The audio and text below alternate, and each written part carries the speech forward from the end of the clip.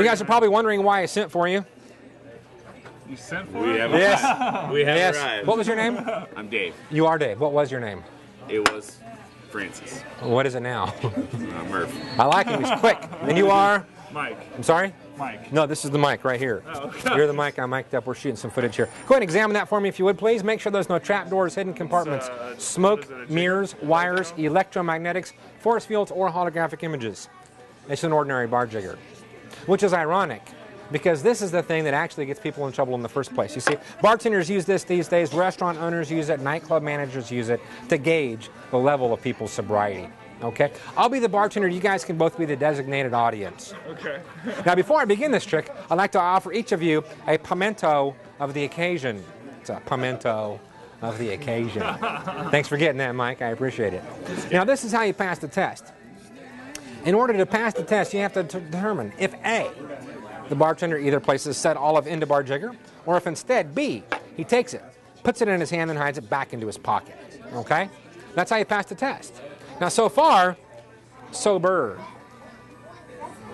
Nice. So far, so thanks for getting I thought that. the test was heel toe, heel toe. Oh no, but look, it gets much more difficult. So the closer you watch, the less you see, and the less you see, the better for me. That one got me. Oh, it gets better. It gets better. Trust me, I've seen this trick before. Have you? Have you? See, this looks like the olive goes gets hidden in the pocket. It goes in the pocket, but actually it's... No, I'm just kidding, it's not there. It looks like it goes in the hand and gets hidden in the pocket, but if that really were the case, honestly, then how would you explain that? Well, now see, this is the part where the bartender offers to explain how the trick works. You see, it's really not an optical illusion.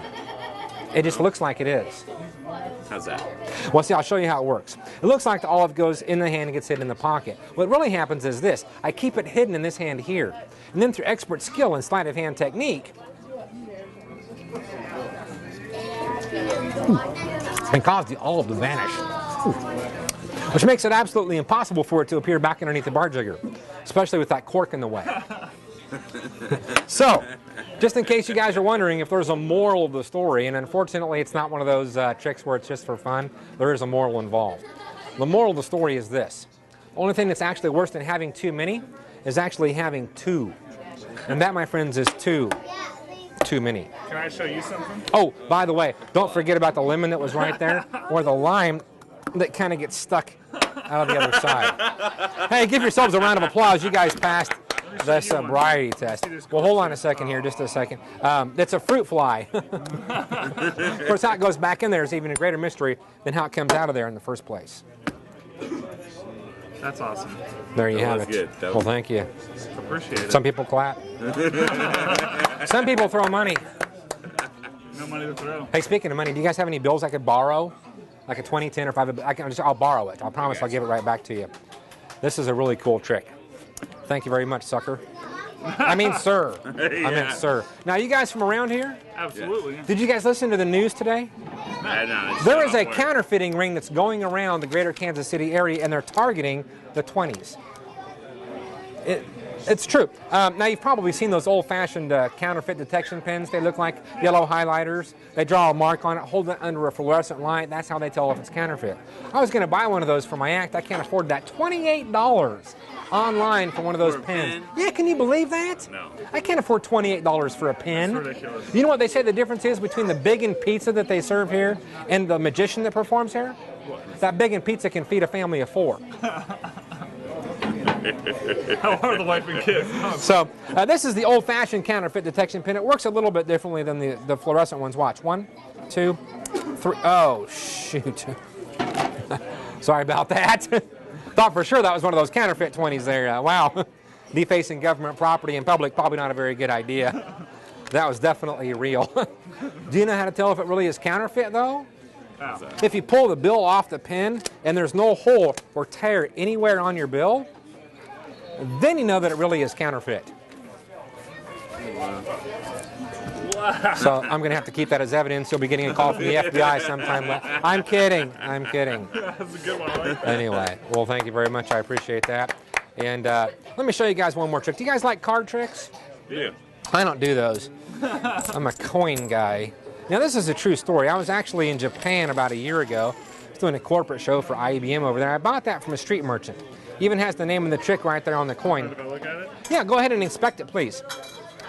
It's a floor show. This right here is a Mexican centavo. Got that on spring break quite a few years ago. Got this from an open-air market. I was doing a show for IBM over there. Had some time to kill, so I bought this from a street merchant. It even has the name of the trick inscribed upon the coin. Now, if you remember back in grammar school, this actually reads ancient Japanese yin and yang. They read from right to left. Here on this side, it says Old Shawnee Pizza. Yeah. All right, not really, but they like it when I promote the restaurant. Now, we're going to call these two foreign coins that you've examined, the yin and the yang. You can go ahead and inspect that one, too. That is actually a 50-cent piece. Very good, Mike. It's a Kennedy half dollar. It has JFK on one side there and Marilyn Monroe on the other.